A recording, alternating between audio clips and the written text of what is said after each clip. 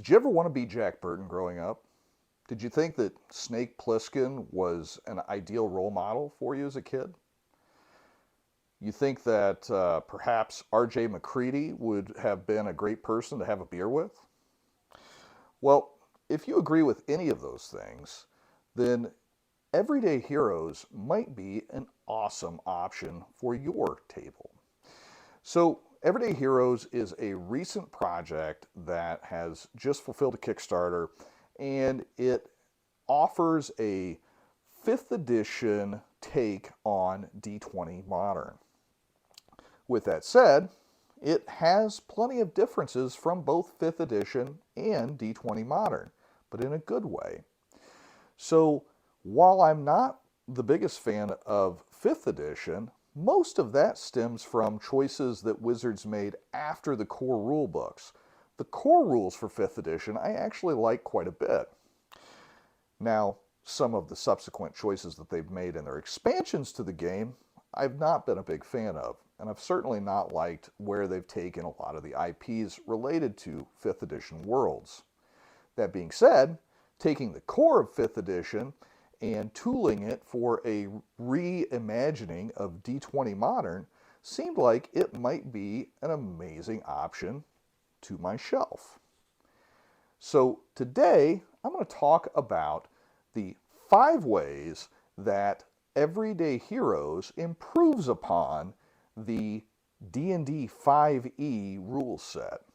Let's get into it. Who? Jack Burton. Me.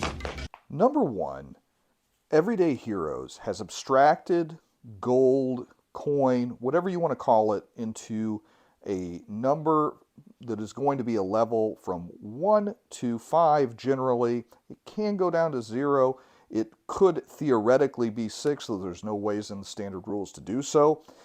And this wealth level is going to determine anything that is easily within your grasp. So anything that your character might need or want that you could reasonably make a case that they would have had or can get, then you would be able to acquire if it is equal to or less than your wealth level.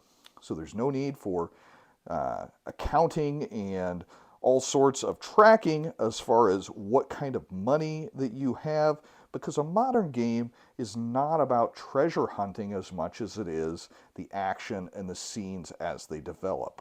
And I think this is a great improvement on the 5e system. I'm not a fool, Pliskin. Call me Snake. The second change to the D&D 5e system that the folks from Everyday Heroes created was that they dumped the armor class stat and went with a straight defense stat. That might not sound like a big change, but the repercussions of it can be quite impactful. First off, your defense stat is not going to be just affected by your dexterity. It only is affected by your dexterity if your archetype, think your primary class if you're coming from D&D 5e, is one that is based on dexterity. Otherwise, it will be based on your primary stat. So smart characters are going to be able to use their intelligence to thoughtfully plan out how to not get hit. Strong characters are going to use their strength to leverage a better defensive situation for themselves, so on and so forth. You're not going to have the almighty dex stat that is going to rule all of the stats. Water. That leads me into the third thing that I really like that they have changed for Everyday Heroes, and that is going to be the armor value. So I mentioned that armor doesn't affect your actual defense stat. That's because there is a separate armor value. If you wear armor and you get attacked by an attack that would reduce you to 0 or below damage, then you get to make an armor check as long as the penetration value of the weapon doesn't exceed the armor value. If you're successful, you take no damage from that hit. If you are unsuccessful, the armor doesn't work, the weapon pierces the armor, and you take the regular damage.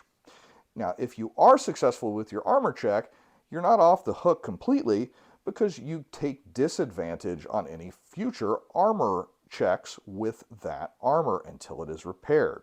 This is really going to create a much more cinematic experience for how armor would work.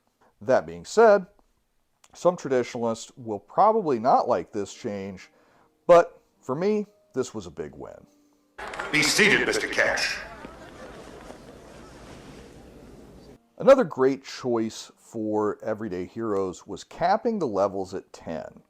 Now, by doing this, they also kind of squeeze all of the advancement goodness into those first 10 levels, so you always feel like you're having some meaningful changes every time you level up a character.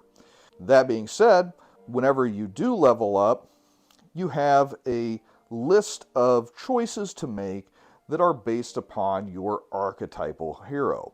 For example, in the picture here, I have the strong heroes, or heroes based on the strength stat. If they got to level 2, they get the power attack feat, and then they get 2 minor feats or 1 major feat. They've kind of balanced the feats a little bit so that you don't have clear-cut, high-level S-tier feats versus some that are purely fluff. They all have a much more balanced feel to them than in standard 5th edition. RJ McCready, helicopter pilot, U.S. Outpost North 31. Okay, I've saved the best for last. That's going to be genius points and plans. So, in Everyday Heroes, while you don't have access to traditional spells, at least not in the core rulebook, you do have genius points if you are a smart hero. That is, a hero that has intelligence as their primary attribute. Now, you can use these genius points to implement plans during a session.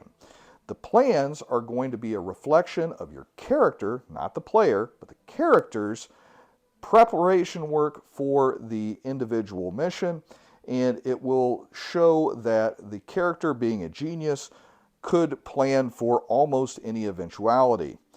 Each smart hero is going to have a certain number of plans, similar to how a spellcaster in 5e would have a certain number of spells that they know and they're able to use in a mission.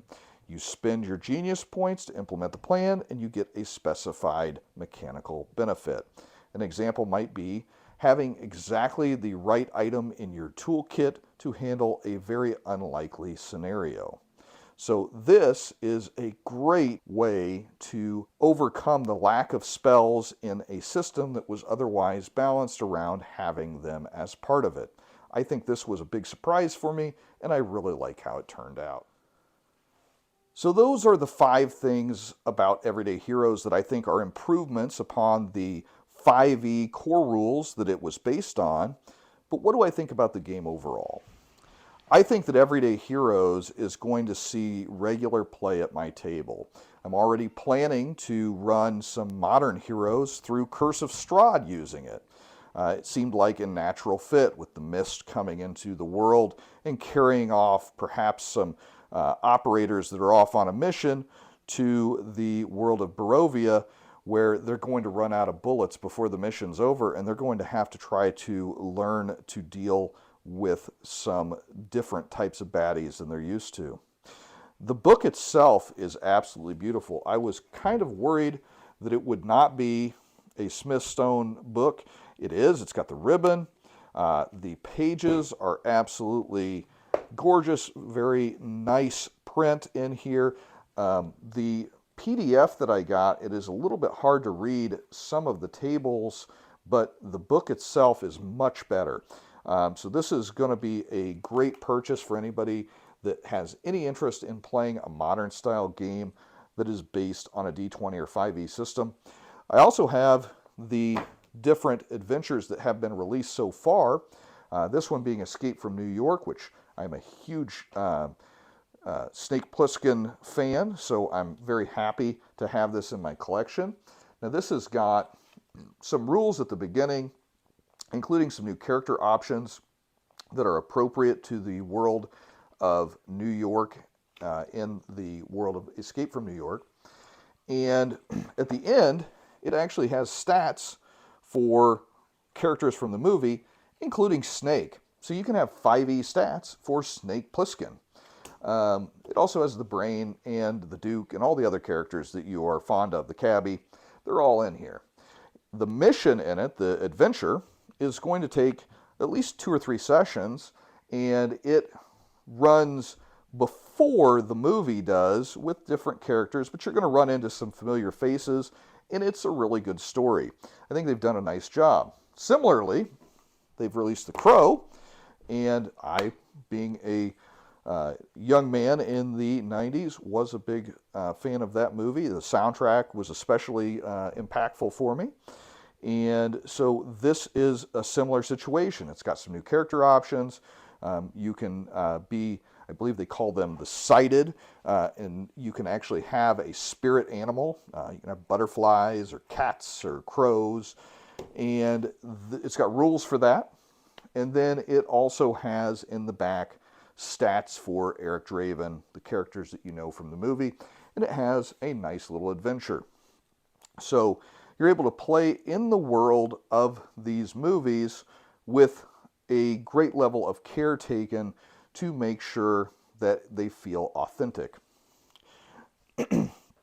There is also a Game Master screen for Everyday Heroes, and it is incredibly thick and nice and glossy, and I'm pretty happy with that purchase as well.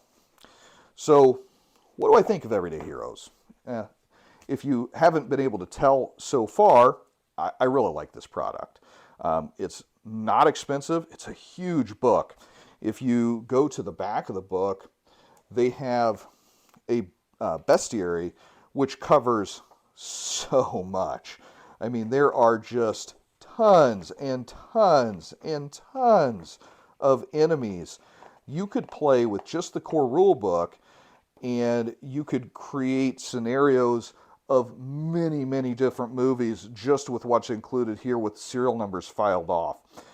There are clear-cut references to the movies Predator, Alien, all sorts of different options in here that you could utilize at your table. You could even mix and match. You could have your heroes, when they get done with the Escape from New York mission, maybe a predator has arrived and is now going to hunt the heroes after they've completed their job. So there's a lot going on here. Everything is very well edited, very well laid out, and the book itself is absolutely gorgeous. So, Everyday Heroes, is it a win? I think so. So, if you have enjoyed the content, please be sure to like, share, and subscribe. I'm going to put a link to one of my playlists that has some similar content in it, and I'm also going to put an option for you to subscribe right down in the bottom of the video. If you thought that Everyday Heroes was something that you might be interested in, please let me know in the comments, and whenever the other different cinematic adventures come out, I'll pick some up and we'll talk about them on the channel. But until next time, this has been Justin from Books, Bricks, and Boards. Good gaming, and God bless.